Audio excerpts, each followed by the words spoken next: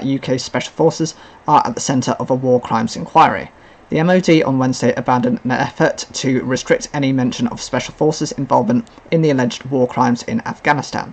The MOD's stance has been challenged by bereaved family members and by several media outlets, including the BBC. The inquiry follows years of reporting into alleged SAS unlawful killings. In a statement ahead of a hearing of the independent inquiry relating to Afghanistan, Defence Secretary Ben Wallace said the inquiry is now reaching the stage of substantive hearings, and I confirm that the allegations relate to conduct of UK Special Forces. The decision to confirm the involvement of Special Forces units in operations under scrutiny from the inquiry reverses the position previously held by the MOD. Mr. Wallace said the confirmation of Special Forces involvement was made only in the exceptional circumstances of this inquiry.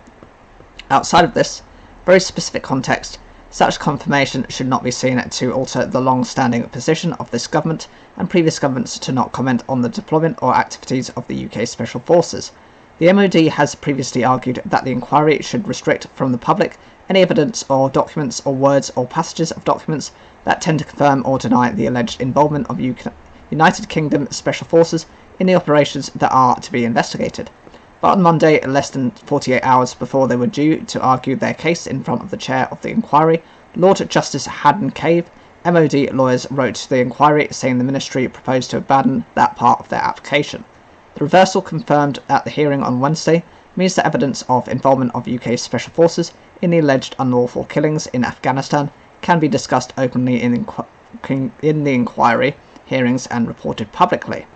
A long-running investigation by the BBC uncovered evidence clearly indicating that one SAS unit operating in Afghanistan in 2010 and 2011 killed 54 people in suspicious circumstances in one 6-month tour. Further reporting by the BBC uncovered specific cases that caused concern at the highest level of UK Special Forces, including a 2012 raid in which a different unit killed 2 parents and gravely wounded their 2 infant boys. The MOD is still pursuing a request for all Special Forces personnel involved in the operations in Afghanistan to automatically be granted anonymity, and for all witness evidence about the operations themselves to be held in closed hearings, away from both the bereaved families and the public. The MOD's lawyer Brian Altman, KC, also said that the ministry intended to keep in place its neither confirm nor deny policy in relation to naming specific UK Special Forces units or subunits, arguing that the identification of particular force elements would pose a risk to future capabilities and operations. Lawyers for the families of Afghans killed in 7 separate Special Forces operations argued that the overall restrictions being sought by the MOD are unjustifiable and seriously damaging to the credibility of the inquiry. Tessa Gregory, a partner at Lee Day, the law firm representing the families, said that the relatives had suffered years of cover-up and obfuscation, and remained concerned even as the inquiry began that the MOD was seeking to shut the door on them and prevent evidence being heard in public. The bereaved families now put their trust in the inquiry to uncover the truth, Miss Gregory said. Speaking at the opening of the hearing at the Royal Courts of Justice in London, Lord Justice Haddon Cave said that in line with the 2005 Inquiries Act, as much as possible should be heard in public to allay public concerns about the subject matter of the inquiry. But the chair acknowledged that some evidence would need to be heard in closed hearings because of national security concerns. The essential task is to balance the competing considerations in the public interest, he said. A spokesman for the MOD said it is not appropriate for the MOD to comment on cases which are within the scope of the statutory inquiry, and it is up to the statutory inquiry team, led by Lord Justice Haddon Cave, to determine which allegations are investigated. A lawyer for the Royal Military Police, Paul Greeny, KC, told the inquiry on Wednesday that it was currently investigating allegations of unlawful killings in Afghanistan and had received evidence from informants on a confidential basis, stressing the importance of continuing its investigations without prejudicing potential prosecutions and avoiding discouraging new informants. Coming forward, the RMP said it was seeking its own restrictions around 3 key areas: matters relating to its ongoing investigations, the identities of confidential informants, and the covert techniques and methods employed by the RMP so far in its investigations.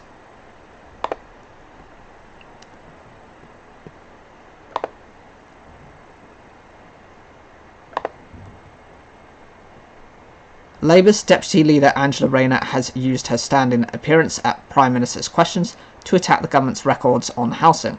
She said the homeowners were sick with worry over mortgages, while renters' security had been ripped away. Ms Rayner also pressed Deputy PM Oliver Dowden on when the government would ban no-fault evictions. Mr Dowden told MPs the government was standing behind both renters and mortgage holders. He added that legislation to give renters greater security had been introduced by the government. The Renters Reform Bill was tabled in Parliament in May, but is yet to be debated by MPs. Under the legislation, landlords would be banned from evicting tenants with no justification as part of a long-promised overhaul of the private rental sector in England. Ms Rayner and Mr Dowden were standing in for their respective party leaders, Sir Keir Starmer and Rishi Sunak, who were both attending a celebration of the NHS at Westminster Abbey. The pair will meet again next week as the Prime Minister will be attending a NATO summit in Lithuania. Ms Rayner began her questions by asking if the Conservatives could still claim to be the party of home ownership, given families were sick with worry about the cost of the Tory mortgage bombshell. A typical 5-year fixed mortgage deal currently has an interest rate of more than 6%, a sharp rise compared to this time last year, leaving homeowners who need to remortgage facing increases in their monthly payments. The Bank of England has been raising interest rates in a bid to lower inflation.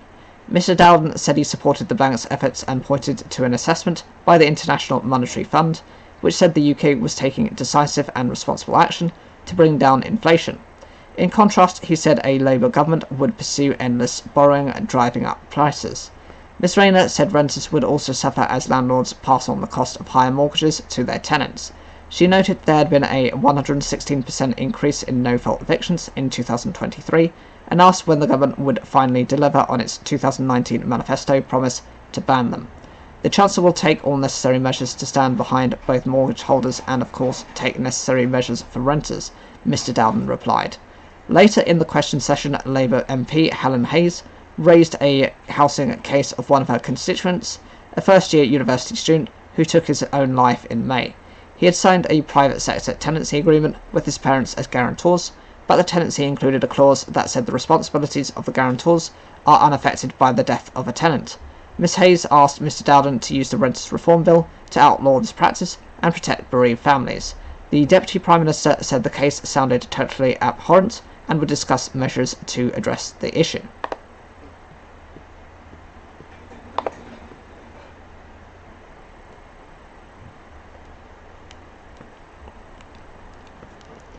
Water companies are likely to push for bill increases in 2025 to cover the cost of improving services, the boss of regulator Ofwat has said.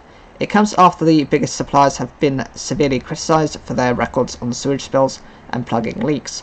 Many also heavily in debt, with Thames Water currently at risk of being taken over by the government.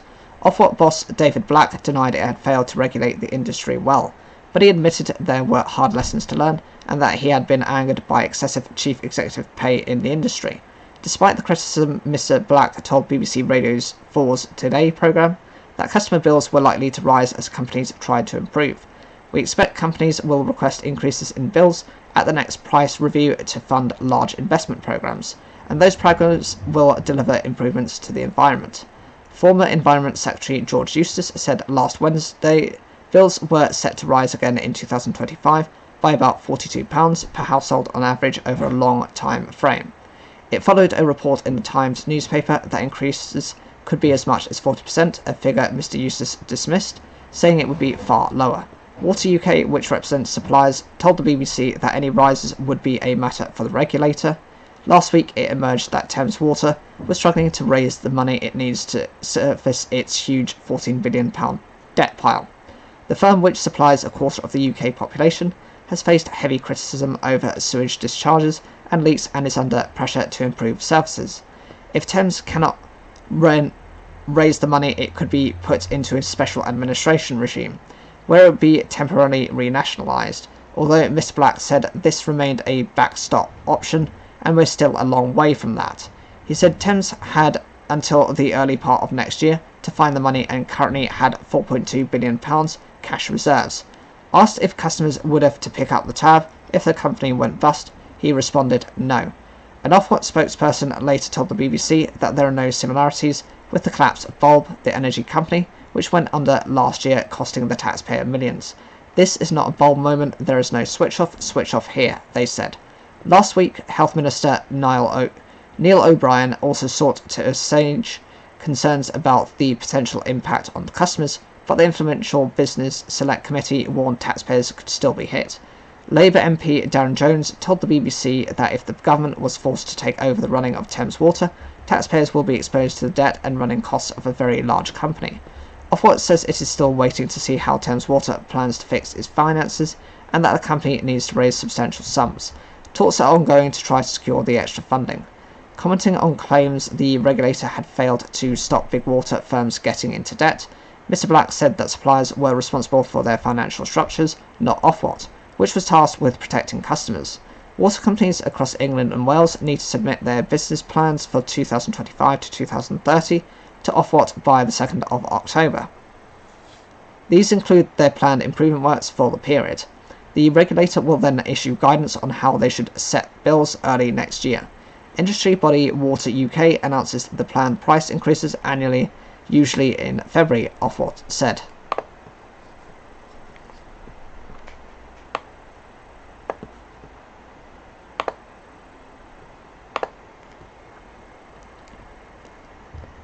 Train companies are pressing ahead with plans to close hundreds of station ticket offices across England over the next 3 years.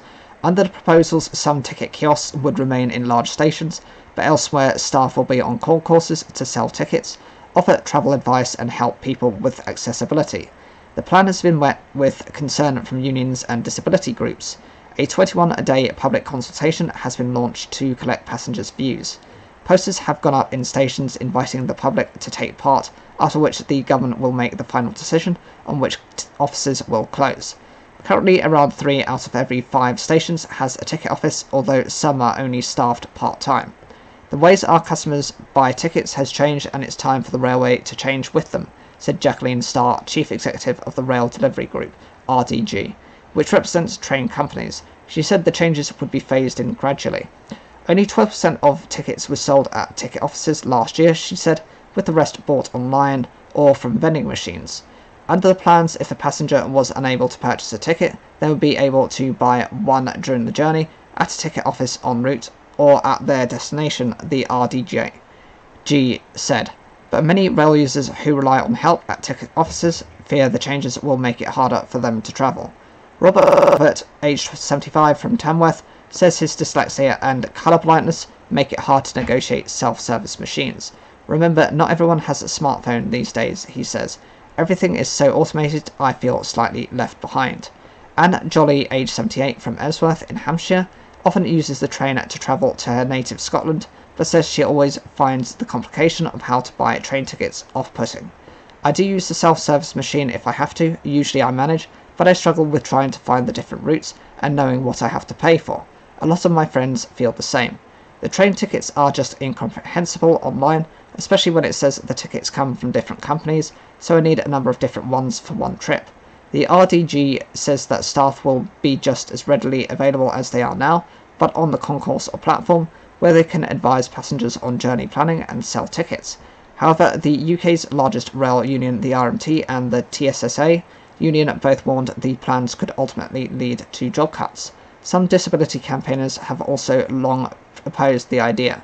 Vivian Francis from the Royal National Institute of Blind People RNIB said it would be detrimental for blind and partially sighted people, with only 3% of such people able to use a machine. Stuart Palmer is director of Rail Future, which represents passengers and campaigners for better rail services, and is a former managing director of South Western Trains. He said the consultation was putting the cart before the horse.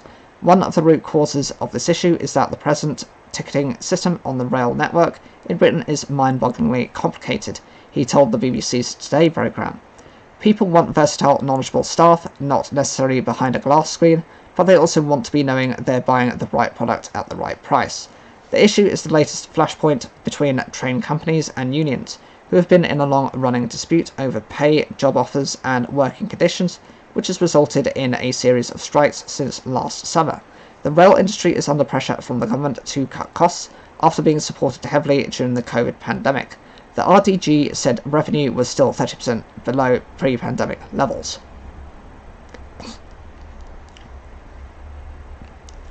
The Department for Transport said the proposals were not about cutting jobs, but about modernising the railway to make sure the sector survived.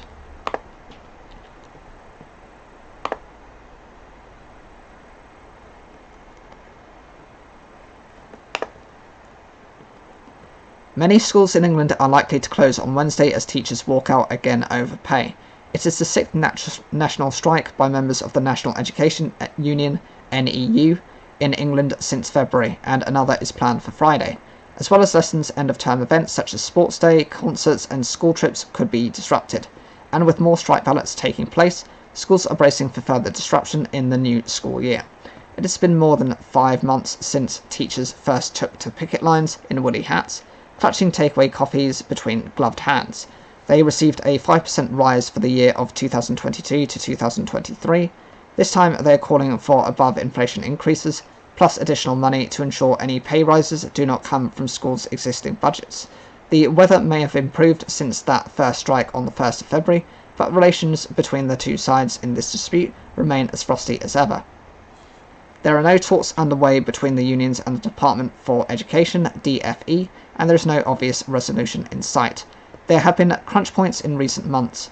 After intensive talks in March, the government offered teachers an additional one-off payment of £1,000. It also offered a 4.3% pay rise for most teachers next year, with starting salaries reaching £30,000. The NEU and 3 other unions involved in the dispute rejected the offer, which means the one-off payment is now off the table. As school returns for the summer term, all 4 announced they would join forces to coordinate any future strike action. More strikes have taken place since then. The most recent walkout on the 2nd of May affected more schools than previously, with less than half, only 45.3%, able to fully open. Some teenagers who we spoke to at the time were worried revision classes would be affected as they prepared for exams. The NEU has said it did everything it could to make sure school was as normal as possible for those year groups taking examinations this summer. 2 things will determine what happens next. The first is the announcement of how much teachers will be paid next year. The matter has been considered by the independent pay review body, and its recommendations are currently being appraised by the government. We don't know when any announcement will be made on pay. If previous years are anything to go by, we can expect it to come in late July, as children prepare to break up for the summer holidays. The other thing to watch will be the results of strike ballots, which are currently underway in all 4 unions. It is the second time that members of the NEU Teachers Union (NASUWT) and the National Association of Head Teachers (NAHT) have been asked whether they would be prepared to strike over pay. Last time, only the NEU received enough votes for industrial action to go ahead. In addition, the Association of School and College Leaders (ASCL), another head teachers union, is also balloting members for the first time in its 150-year history. Head teachers have told the BBC they are concerned about the effect pay has on recruitment and retention of staff. With those ballots set to close in mid to late July, we could see a flurry of activity in the coming weeks. Online tool Teacher Tap quizzes thousands of primary and secondary teachers in both the state and private sector about their daily experiences in the classroom. One recent survey suggested almost 4 in 10 Year 6 students had visits to their new secondary schools booked on strike days this week. These could well be disrupted, and if enough union members vote for further strike action, those same pupils could see their new Year 7 teachers walk out in the autumn term too. Dr. Mary Boosted, Joint General Secretary of the NEU, said Education Secretary Gillian Keegan's refusal to re-enter negotiations had united the teaching profession in its anger towards a government that is failing to recognise the serious challenges that need to be addressed in our education systems.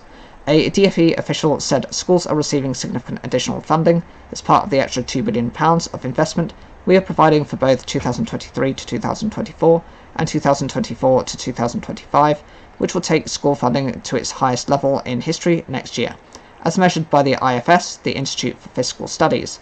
The IFS said in December the increasing funding would mean school spending per pupil would grow in terms through to 2024 and will return to at least 2010 levels.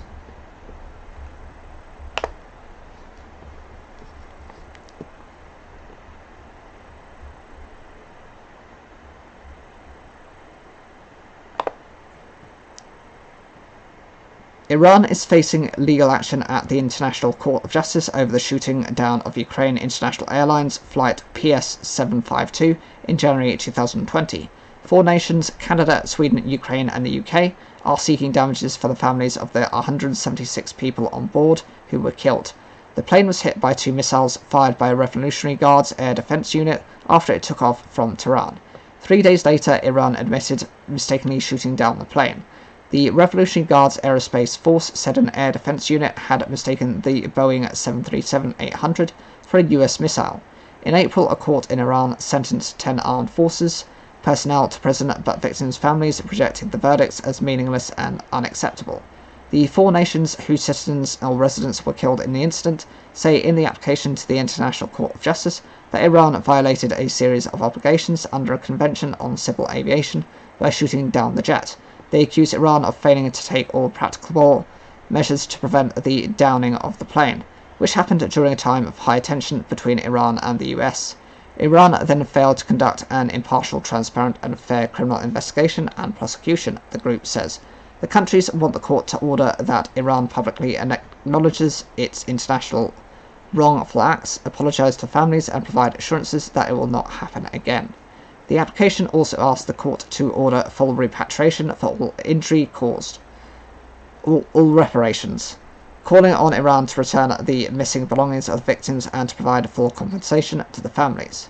In December 2022, the group jointly requested that Iran submit to binding arbitration, arguing that missiles that hit the flight were launched unlawfully and internationally.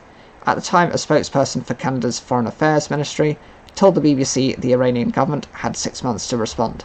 This deadline has now passed, prompting the countries to move towards legal action.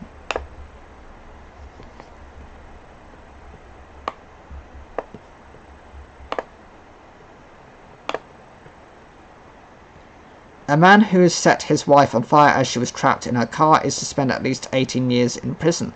Mother of 6 Katrina Rainey was preparing to go to work when her husband opened her car door, threw petrol over her and set her alight.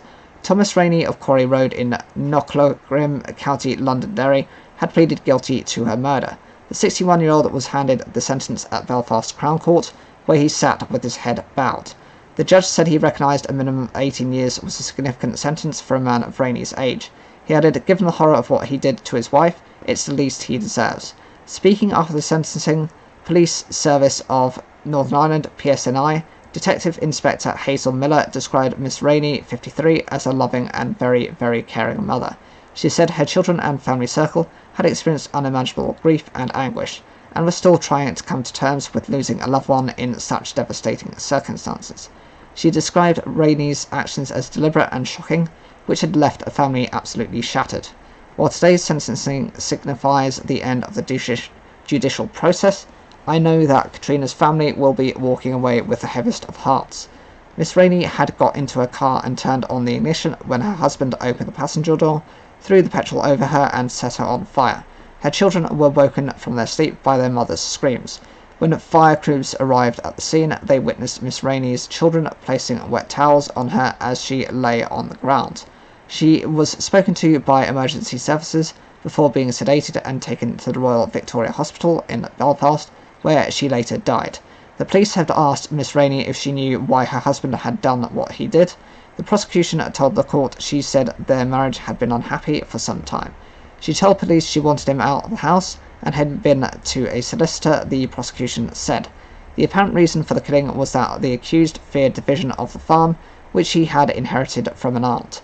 The judge noted that Rainey had initially denied setting fire to his wife and was heard at the scene telling her, "I wouldn't do that, I love you." He later admitted murdering her. Miss Rainey's mother, Sandra Heasley, spoke of how her life has changed since October 2021. She described her daughter as a gentle, sincere, beautiful girl that made time for everyone. She also expressed concern that her grandchildren witnessed their mother's harrowing death. Miss Rainey's son Alan spoke of the loss of his mother's death has had on the family. At the tariff hearing last week, the defence said there were a number of mitigating factors in the case, including the fact Rainey had a long history of mental health problems. The defence also pointed out the accused and his wife had experienced the death of one of their children in a tragic accident in 2002. The defence accepted Miss Rainey's murder had been premeditated, but it was not significant premeditation, as it was minutes rather than hours or days. He described the murder as the ultimate act of domestic violence. He added it was witnessed by the children who heard the screams and ran out to see something they will never be able to forget, their mother in flames.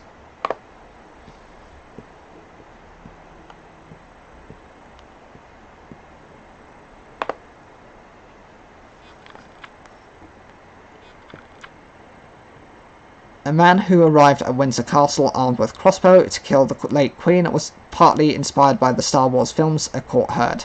Jaswant Singh Chahal from Hampshire was arrested on Christmas Day 2021, while Queen Elizabeth II was living at Windsor due to the pandemic. He admitted a charge under the Treason Act and to making threats to kill and possessing an offensive weapon. Chahal had previously tried to get close to the royals the Old Bailey heard. The 21-year-old's sentencing hearing was told he applied for jobs within the armed forces that could have led to a close proximity to the monarch. The former supermarket worker demonstrated a wider ideology focused on destroying old empires and creating a new one, including in the fictional contexts such as Star Wars, the court heard. Chahal had described himself as a Sith and Darth Jones in a video and confided his murderous plan to an artificial intelligence companion. He also wrote in a journal that if the Queen was unobtainable, he would go for the Prince as a suitable figurehead, in an apparent reference to King Charles. Alison Morgan KC prosecuting said Chahal had applied for positions within the Ministry of Defence, Police, British Army, Royal Marines and Royal Navy, but his applications were rejected. She said Chahal was concerned with the injustice of the 1919 Jallianwala Bagh massacre, which took place when British troops opened fire on thousands of people who had gathered in the city of Amritsar in India. Chahal from North Baddesley, near Southampton, was born in Winchester and his family is of Indian Sikh heritage. In a video shown to the court, Chahal, who was 19 at the time of the offences, was dressed all in black, wearing a mask and holding a crossbow. Speaking into the camera, he said, I'm sorry for what I've done and what I will do. I'm going to attempt to assassinate Queen Elizabeth of the royal family. This is revenge for those who have died in the 1919 Jallianwala Bagh massacre. It is also revenge for those who have been killed, humiliated and discriminated on because of their race. Ms. Morgan said the defendant's key motive was to create a new empire by destroying the remnants of the British Empire in the UK, and the focal point of that became removal of the figurehead of the royal family. She said his thinking was informed partly by the fantasy world of Star Wars and the role of Sith Lords in shaping the world. He was attracted to the notoriety that would accrue in the event of the completion of his mission, she added. Ms. Morgan also said that despite Chahal's repeated references to sci-fi characters, he knew the difference between fiction and reality. Chahal was spotted by a royal protection officer in a private section of the castle grounds just after 8:10 a.m. on the 25th of December 2021. The court was told Chahal was wearing a mask and looked like something out of a vigilante movie. He told the officer he was still there to kill the Queen. After being arrested, he was sectioned and agreed he needed help with his mental health. He told the nurse who assessed him that he did not consider himself to be suicidal and did not know any mental health issues within his immediate family. In February 2022, he was deemed fit to be interviewed. The court was told Chahal said he had realised he was wrong and he was not a killer. Under the 1842 Treason Act, it is an offence to assault the monarch or have a firearm or offensive weapon in their presence with intent to injure or alarm them, or to cause a breach of peace. In 1981, Marcus Sargent was jailed for 5 years under the section of the Treason Act after he fired blank shots at the Queen while she was riding down the Mall in London during the Trooping the Colour parade. The sentencing hearing continues.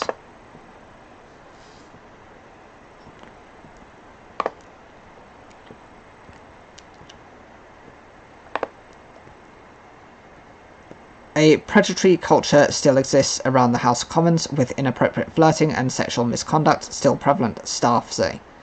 6 members of staff told BBC Newsnight that abuses of power by male MPs and senior staffers remained common, and a new complaints process was too slow. One woman said she was asked to sit on a male MP's knee and she was bombarded with text messages by another person. A House of Commons spokesman said it took complaints extremely seriously. The spokesman said bullying, harassment and sexual misconduct had no place in Parliament, adding, "We remain committed to ensuring that lasting cultural change can be achieved here." It comes after damning allegations had been made about the behaviour of MPs in recent months, with several MPs suspended. The parliamentary staff we spoke to said despite a new complaint scheme, little has changed. All the allegations they made relate to the last 2 years. Ellie Varley, aged 25, said everyone who works in Parliament either has their own story of sexual misconduct or knows someone with one. She said the problem transcends party politics. She said she was asked to sit on a male MP's lap in an incident that took place on the parliamentary estate. He just kept saying, "Just come sit on my lap," and I was like, "I'm fine, thank you, I don't want to sit on your lap." She said the MP was so persistent she felt she had no choice, and reluctantly agreed to get him off my case. The MP is one of a number to be suspended over separate allegations. She said there was still a feeling among some MPs and senior staffers that they can do what they want without repercussions. There are big names in Westminster and you kind of feel intimidated by them. Miss Varley, who works as a parliamentary aide to Tory MP Dehenna Davison, said incidents can include a hand on the hip in a social setting. "I often think, am I reading too much into this? Are you just being friendly, or are you touching me because you think you can? I've had it when people have texted me incessantly, being like, 'Are you out tonight? What are you doing?' and not getting the hint if I don't reply after you've messaged 6 times. She said she was frankly just angry and claimed people in the palace do not feel safe to report issues. They don't have the trust in the system. I'm just fed up." The 6 parliamentary staff said inappropriate touching and flirting was still a problem, with younger staff sometimes preyed upon by older MPs and staffers. 5 of the people we spoke to currently work in the Commons, while one of them has recently left their role on the estate. The ex-staff member said she saw the same behaviour take place repeatedly.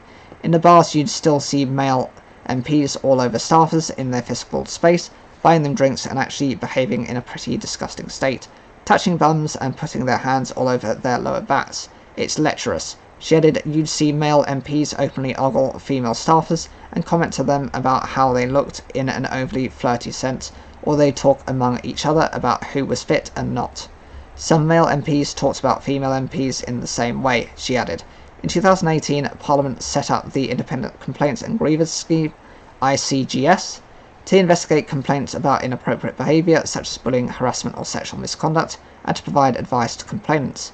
Since then, complaints are investigated by independent investigators commissioned by the ICGS team on a case-by-case basis. However, one senior official who worked in the Commons for several years said the scheme had made no difference to what he described as a predatory culture. "I wouldn't recommend it the House of Commons as a safe place for any young man or woman. If a young person I knew really wanted to work in the House of Commons, it would come with a whole list of warnings about how to stay safe, who not to hang out with, and where not to go. The same things still go on as before the hashtag #MeToo movement," he said, referencing the global social media movement that saw people share stories of sexual abuse, harassment and rape. He described the new complaints processes as useless. "Just ask anyone who has tried to use them." One of the criticisms of the ICGS is that investigations take too long. According to its latest annual report, of the 21 completed investigations it carried out in 2021 to 2022, 12 were cases where an MP was a respondent. These cases took an average time of 262 days. By comparison, cases involving parliamentary staff took an average of 186 days.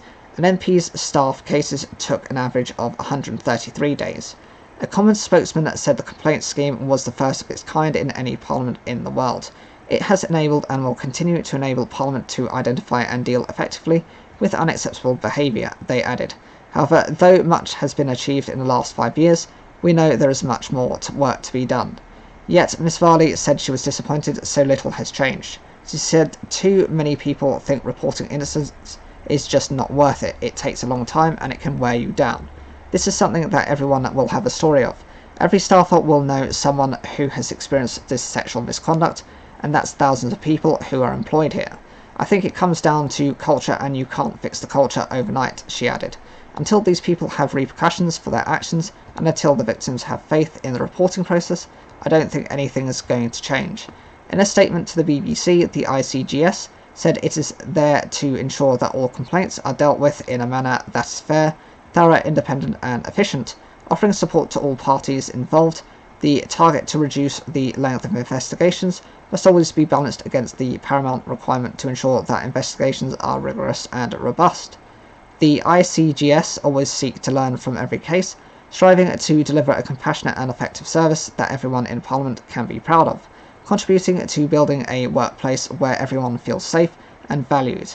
The ICGS is here for every member of the parliamentary community. We urge anyone who needs it to use it.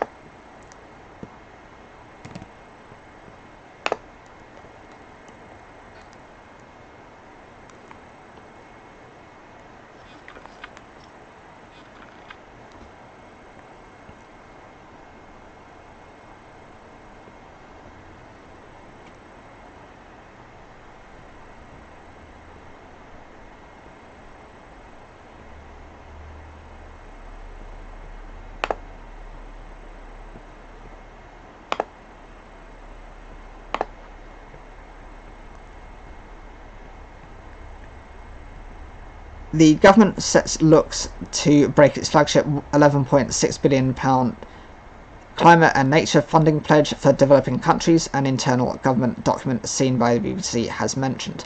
The document details how the government has consistently underspent and would now struggle to meet its 2026 target. Some 83% of the total overseas aid budget would need to be reallocated to climate to catch up, it adds. The government says it will honour promises made on climate finance. The government remains committed to spending £11.6 billion on international climate finance, and we are delivering on that pledge, a government spokesperson said. Former Prime Minister Boris Johnson pledged in 2019 to double the amount spent on the UK's International Climate Finance, ICF, aid for vulnerable nations to deal with the causes of climate change, to at least £11.6 billion between 2021 to 2022 and 2025 to 2026.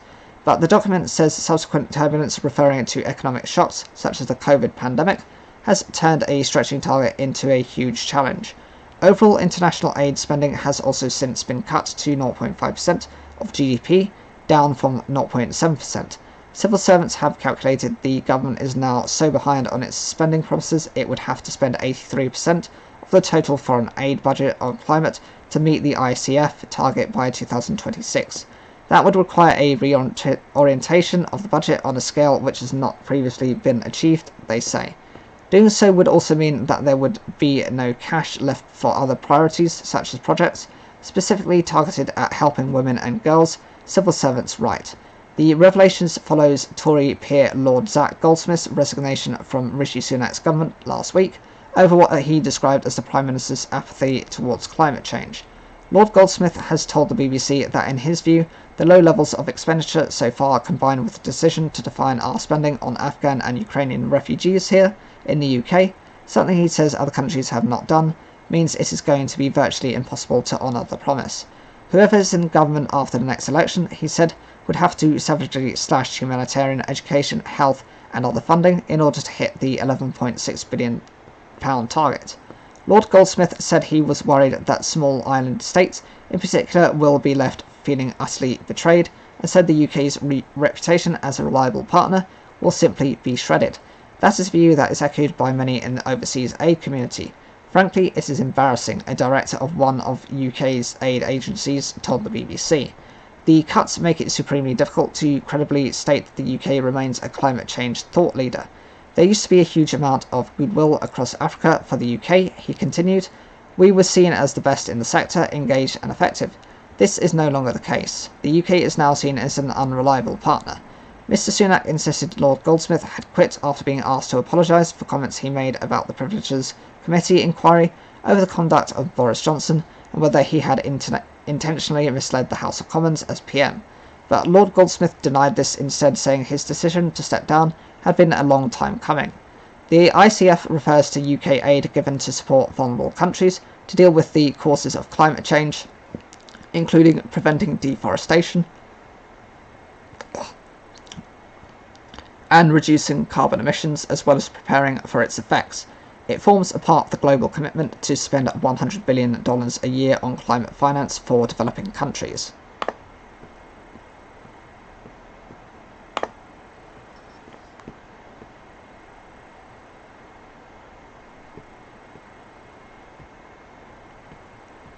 Fiona Phillips has said she has been diagnosed with Alzheimer's at the age of 62. The journalist and broadcaster discovered she had the disease a year ago after suffering months of brain fog and anxiety, she told the Daily Mirror.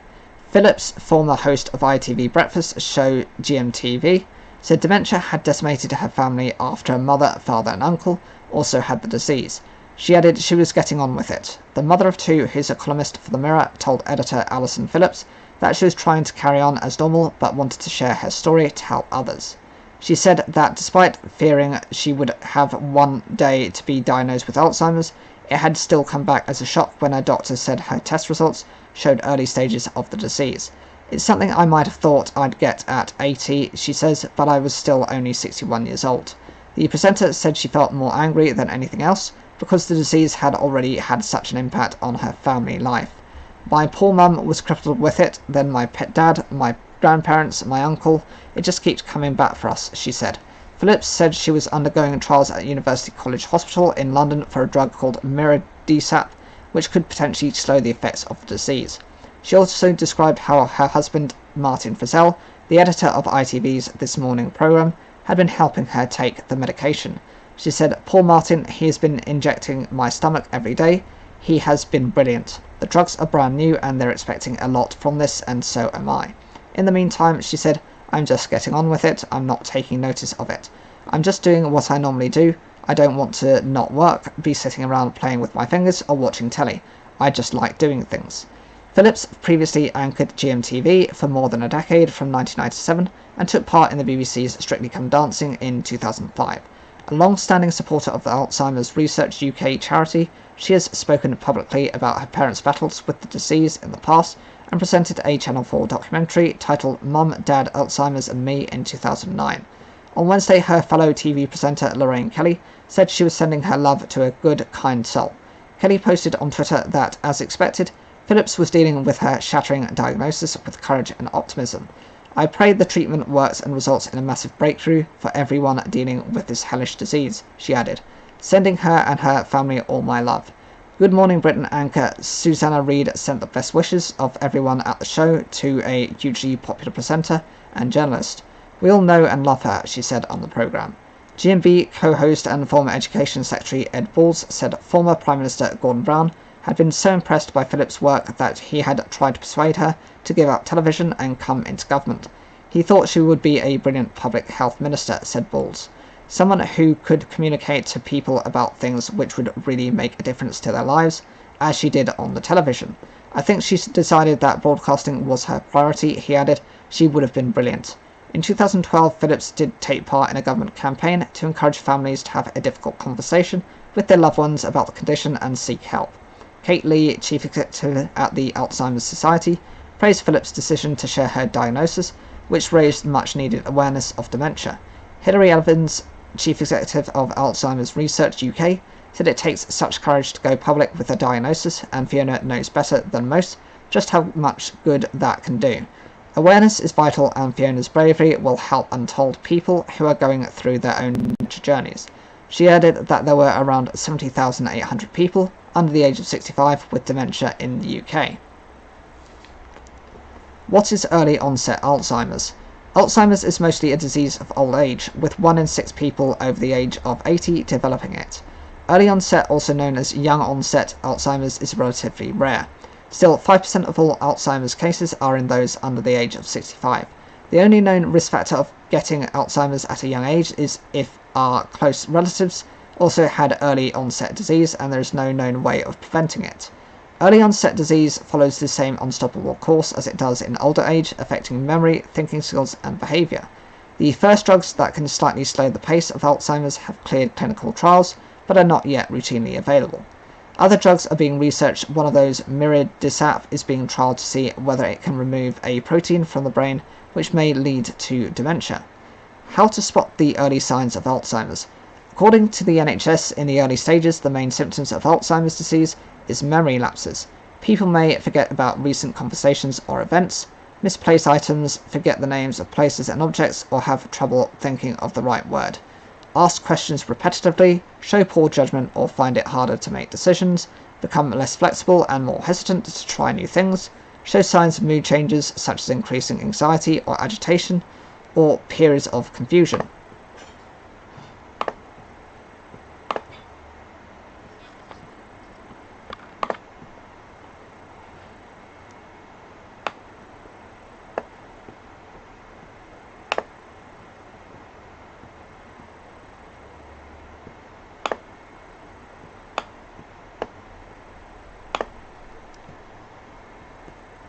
US actor Alison Mack has been released from prison early after serving 2 years for a role in a sex trafficking case tied to a cult-like group. The 40-year-old pleaded guilty to racketeering and conspiracy charges in April 2019, related to their efforts to recruit women to the Nixvim sex cult. Mack, best known for a role in the television series Smallville, was sentenced to 3 years in prison. The Federal Bureau of Prisons confirmed she has been released on Monday. Nivim, pronounced Nexium, started in 1998 as a self-help program. It claims to have worked with more than 16,000 people, including the son of a former Mexican president and Hollywood actress such as Mack. Prosecutors say Mack helped recruit and groom women as sexual partners for the group's leader, Keith Raniere. Though Raniere, aged 62, was at the top of the structure and the only man, Mack served as one of his top female deputies. Female recruits were allegedly branded with his initials and expected to have sex with him in exchange for becoming a part of the group, which was based in Albany, New York. The news of Mack's release was initially reported by the New York newspaper Albany Times Union.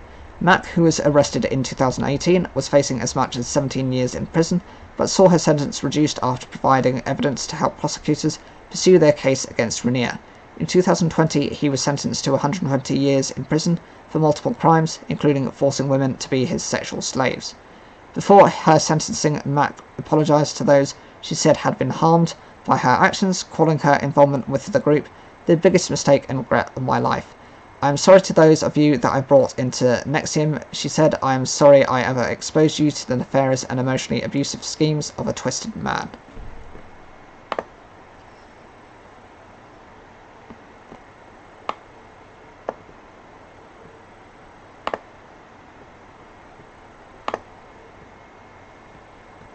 A controversial plan by Japan to release treated wastewater from the Fukushima nuclear plant has sparked anxiety and anger at home and abroad. Since the 2011 tsunami, which severely damaged the plant, more than 1 million tons of treated wastewater has accumulated there. Japan now wants to start discharging it into the Pacific Ocean. The UN nuclear watchdog, the International Atomic Energy Agency (IAEA), has published a report endorsing Japan's plan. But since it was announced 2 years ago, the plan has been deeply controversial in Japan, with local communities expressing concerns about contamination. Fishing and seafood industry groups in Japan and the wider region have also voiced concerns about their livelihoods, as they fear consumers will avoid buying seafood. And Tokyo's neighbours are not happy either. China has been the most vocal, accusing Japan of treating the ocean as its private sewer. On Tuesday, it criticised the IAEA report, saying its conclusions were one-sided. So what is Japan's plan, and how exactly has it churned the waters? Since the disaster, power plant company TEPCO has been pumping in water to cool down the Fukushima nuclear reactor's fuel rods. This means every day the plant produces contaminated water, which is stored in massive tanks. More than 1,000 tanks have been filled, and Japan says this is not a sustainable long-term solution. It wants to gradually release this water into the Pacific Ocean over the next 30 years, insisting it is safe to be discharged. Releasing treated wastewater into the ocean is a routine practice for nuclear plants, but given that this is the byproduct of an accident, this is no ordinary nuclear waste.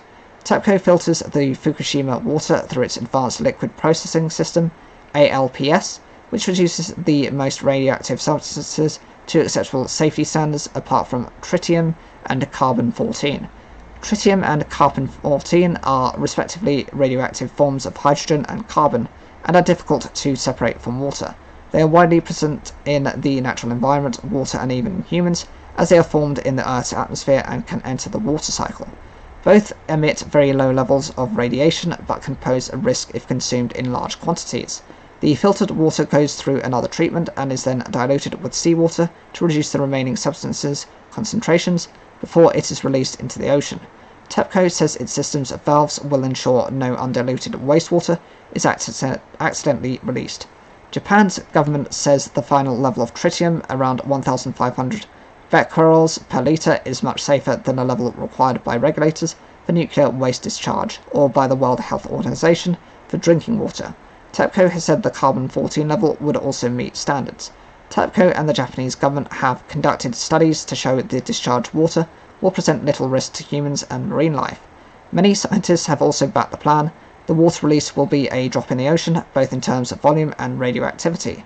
There is no evidence that these extremely low levels of radioisotopes have a detrimental health impact, said molecular pathology expert Jerry Thomas, who worked with Japanese scientists on radiation research and advised the IAEA on Fukushima reports.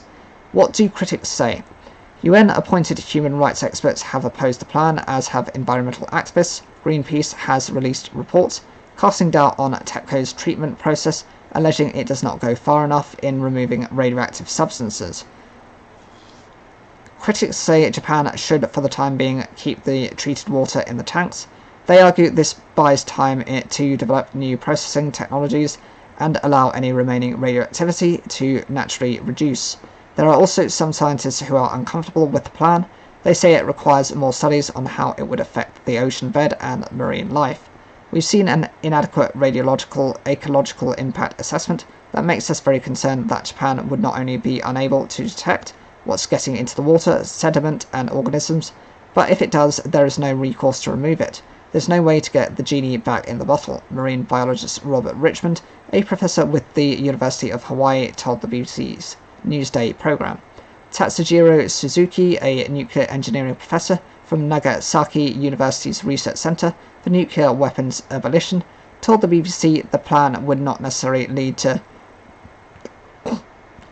serious pollution or readily harm the public if everything goes well. But given that TEPCO failed to prevent the 2011 disaster, he remains concerned about potential accidental release of contaminated water. What have Japan's neighbours said? China has demanded that Japan reaches an agreement with regional countries and international institutions before it releases the water. Beijing has also accused Tokyo of violating international moral and legal obligations and warned that if it proceeded with the plan, it must bear all consequences. The two countries currently have a prickly relationship, with Japan's recent military build-up and China's provocative moves around Taiwan raising tensions. Tokyo has engaged in talks with its neighbours and hosted a South Korean team of experts on a tour of the Fukushima plant in May, but it's not yet certain how far it would commit to getting neighbouring countries' approval before it goes ahead with the plan. In contrast to China, Seoul, which has been keen to build ties with Japan, has soft-pedalled its concerns, and on Tuesday it said it respects the IAEA's findings. But this approach has angered the South Korean public, 80% of whom are worried about the water release, according to a recent poll. The government enforces a strong no-littering policy at sea, but now the government is not saying a word to Japan about the wastewater flowing into the ocean. Park Hee-jun, a South Korean fisherman, has told BBC Korean. Some of the officials say we should remain quiet if we don't want to make consumers even more anxious. I think that's nonsense. Thousands have attended protests in Seoul calling for government action, as some shoppers, fearing food supply disruptions, have stockpiled salt and other necessities. In response, South Korea's parliament passed a resolution last week opposing the water release plan, though it is unclear what impact this would have on Japan's decision. Officials are also launching intense inspections of seafood and are sticking to an existing ban on Japanese seafood imports from regions around the Fukushima plant. To assuage the public's fears, Prime Minister Han Duck-soo said he would be willing to drink the Fukushima water to show it is safe, while one official said last week that only a small fraction of the discharge would end up in Korean waters. Elsewhere in the region, several island nations have also expressed concerns, with the Pacific Islands Forum Regional Group calling the plan another major nuclear contamination disaster. How has Japan responded? Japanese authorities and TEPCO have sought to convince critics by explaining the science behind the treatment process, and they would continue to do so with a high level of transparency, promised Prime Minister Fumio Kishida on Tuesday.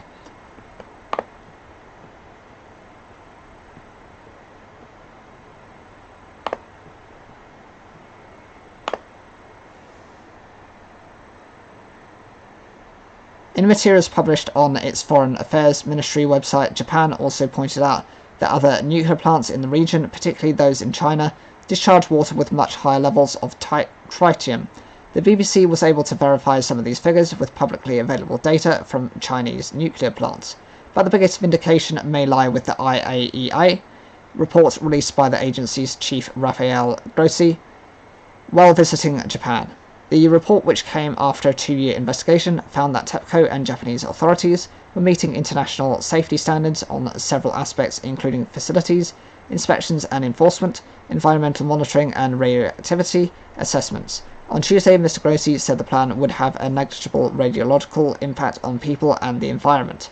With the world's nuclear watchdog giving its stamp of approval, Japan could start discharging the Fukushima water as early as August, according to some reports, setting the stage for an intensified showdown with its critics.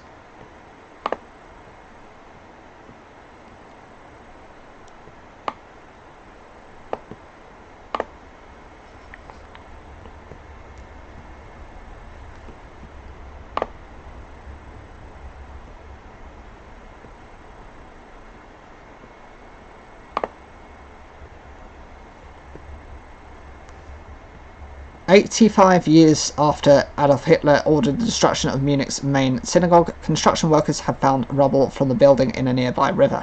They uncovered columns from the synagogue and a stone tablet showing some of the 10 Commandments. The Jewish community and local figures are delighted with the discovery. We never thought we would find anything from it," said Bernhard Purin, head of Munich's Jewish Museum. There had been no sign of the buildings since it was torn down in June 1938, after Hitler demanded its removal as an eyesore. 5 months later, Jews, synagogues and Jewish-run businesses were attacked across Nazi Germany in the deadly November pogrom, widely known as Kristallnacht. Yesterday I saw the remains for the first time, and it was one of the most moving moments in 30 years of working in Jewish museums, especially seeing the plaque of the 10 Commandments, not seen since 1938, Mr. Purin said. Rubble from the historic building is thought to have been submerged in the River Isar since it was used to rebuild a weir 11 years after World War II.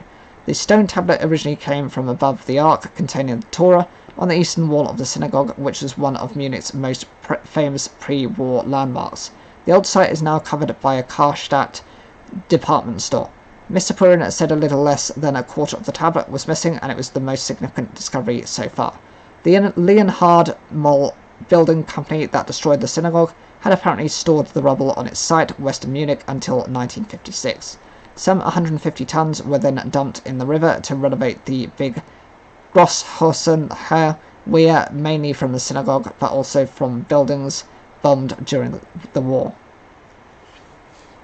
The 90-year-old head of the Jewish community in Munich, Charlotte Knobloch, was thrilled by the discovery, as she had worshipped in the old synagogue as a girl before it was destroyed.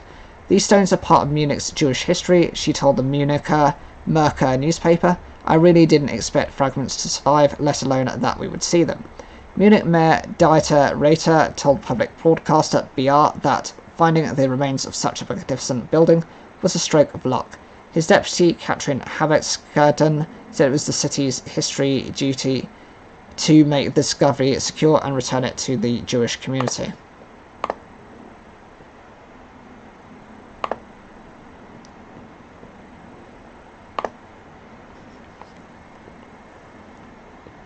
Devices including mobile phones are set to be banned from classrooms to stop them from disrupting learning, the Dutch government has announced. The initiative is being introduced in collaboration with schools and is to take effect at the start of next year. There will be some exceptions, including for students with medical needs or a disability and for classes focused on digital skills. The ban is not legally enforceable but may become so in the future. Even though mobile phones are almost intertwined with our lives, they do not belong in the classroom, said Education Minister Robert Dickeraff. Students must be able to concentrate there and be given every opportunity to learn well. We know from scientific research that mobile phones disrupt this. Various studies have found limiting children's screen time is linked to improved cognition and concentration. Other tech, including tablets and smartwatches, are also included in the Dutch ban. The government said it would be up to individual schools to agree the exact rules with teachers, parents and pupils, including whether they wanted to completely ban devices from schools. The scheme is the result of an agreement between the ministry, schools and related organisations. It will be reviewed at the end of 2024 to 2025 school year to see how well it had worked and whether a legal ban is needed. The announcement follows a similar decision by Finland last week. Its government announced it would change the law to make it easier to restrict the use of phones in schools. Other countries, including England and France, have also proposed banning mobile phones to improve learning.